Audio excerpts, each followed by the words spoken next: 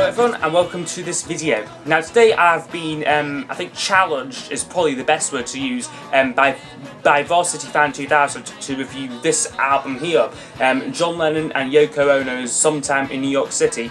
And I do only have the CD, unfortunately, which came with the John Lennon signature box set, but I think by the end of this review, you'll understand maybe why I don't have it on vinyl as of yet. This was John Lennon's third post-Beatles album, released on the 12th of June in 1972.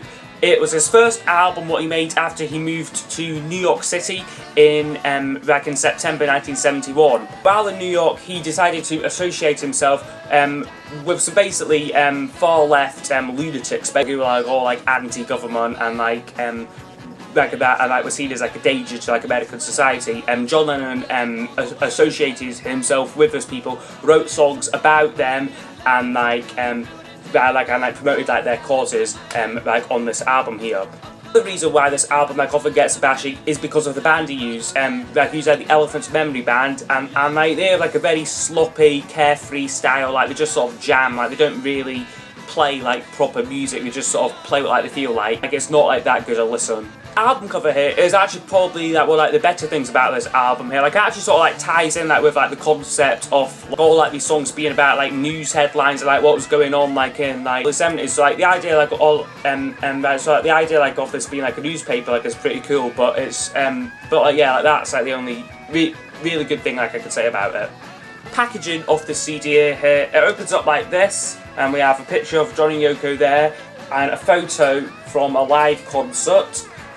What I believe is actually part of that gig is included on the second disc just here. So we get the two discs here. I believe they both look the same. This is sort of what the record label would be on the vinyl, with the morphing faces. I do quite like that effect actually. That this would be on the original record label. And as with all the Lennon CDs, what you get with the signature box set, you get a little booklet here, which just sort of says about the making of the album. There's the Elephant's Memory Band with John and Yoko, and there's other pictures and writing, and sort of some of the original artwork as well, the original in the sleeves and stuff. Now on to the actual songs.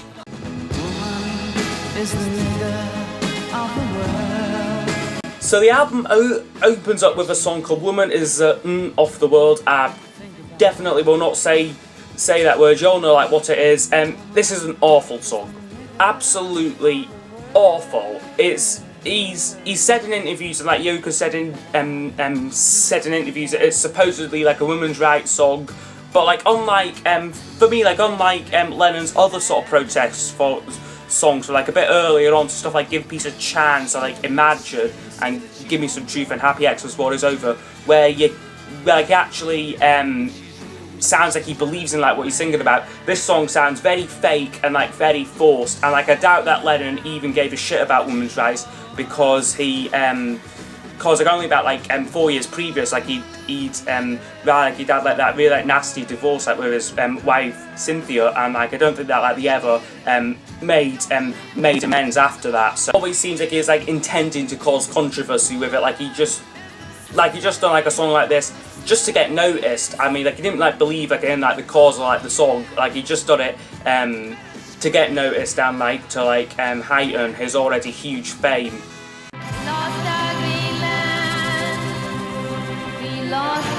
Next track up is called Sisters Oh Sisters. This is a Yoko song, and it is absolutely crap. There's no melody to it, and I just can't see the point in going further with this review, to be honest with you. I mean, so first the Yoko songs in here, they are all pretty terrible here. They are there's a few that she wrote about herself. There's a couple of co-writes, and then two that John wrote himself. But I will talk about a little bit more.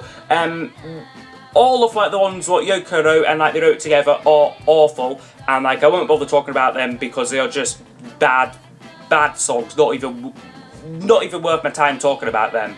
But the other songs on here, the other two John Lennon songs, are New York City, which is actually a decent track. It is the only song on the album what I actually like, and it's a decent rocker, nothing too special, but it is a good song. And then the other John Lennon track is called John Sinclair. John Sinclair was one of like these radical preachers who like they like associated themselves with. And it is just an annoying song, basically. I mean, like, we have, like, that awful steel guitar thing, but I hate, like, the sound of, like, I can't stand songs like that, like, sort of like that steel guitar in it, what he's playing. And, like, the chorus in this one, it is just awful. It's like, we got to, it just goes on, and it's horrible. It sounds like the record's, like, stuck or something. It's just really, really bad. And the other reason why like I don't think that like these songs are any good is like the production, very sloppy, very haphazard, unlike Imagine what was very polished sound. And this one here, they just sort of probably just like were jamming like with like that Elephant's Memory Band and just recorded whatever they had like done. Like there's no effort to really produce this album and like make it sound decent. And now the second disc on here is a live album, and like the third side to what would have been the original vinyl is from a peace concert in 1969, so a bit earlier. I believe it was actually at this concert here. That performance actually features George Harrison on guitar and like Keith Moon on drums actually, so like pretty good band.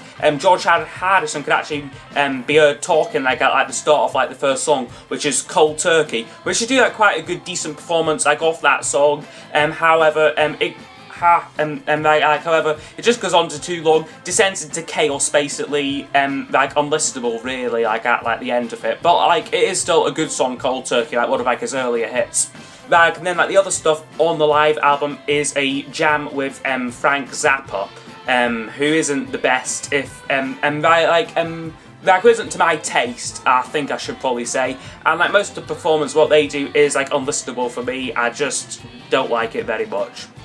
So overall, this album sums up, for me, why I'm not as big a fan of John Lennon like as I am of George Harrison and Paul McCartney. It always seems like around this time, like anyway, like he was always like seeking attention and like wanted to cause controversy, getting like involved like with like these different like political causes. George Harrison like actually like also like got involved like with like well, I'm not like these are like specific ones, but he like organised like the concert for Bangladesh, what was actually a really useful and like great thing to do. Like it raised a lot of money, the concert, and then like sales from like, the album and like DVD. This album though changed absolutely nothing about like what like they were like singing and like protesting about like on here. Like it's just a big statement sort of like to promote like themselves basically. And as a result of this album, Lennon was judged a danger to American society, and like he posed a threat to national security apparently. So like they were trying to like deport him from like America, but like he managed like to stay in though pretty much I think like the rest of his life actually. So, what would I give this out of 10 then? I'd say it is a tough one, this. I'd say about a 2 out of 10. 1 point for the track New York City, and another point for the live version of Cold Turkey, what's on the second disc. This is easily the worst solo Beatles album I have heard, not counting side projects and not counting stuff like George Harrison's like electronic sound or like Johnny Yoko's Two Virgins, what I'm sure might be just a little bit worse than this. But certainly this is the worst album of like actual songs, like if you can call them that, from like any of like the solo Beatles. I think it's also telling as well that soon after this album, John stopped associating himself with like all like these causes and like stopped writing protest songs like altogether, and like went back to making pretty good music actually. Like the album like after this, Mind Games, is like it's like Sgt. Pepper's compared with this album, like if I'm being honest. And like sort of like distancing himself from like a lot of like the previous like songs that like he'd been involved in, like namely probably mostly like this album, like if I'm being honest. So I hope you have enjoyed my look at this album here. Over like the last year or so, I have been trying to get like all like the solo Beatles albums, well, like all like the ones from John, George, and Paul. But I think I can possibly like make an exception for this album here. Basically, just don't listen to it. I would not recommend it. Literally like every single other John Lennon album is like miles better compared to this one here. So just try not to listen to this like if you can. So I hope you have enjoyed. If there are any album reviews you'd like to see done in like the future, please comment below, and I will see you next time. Goodbye.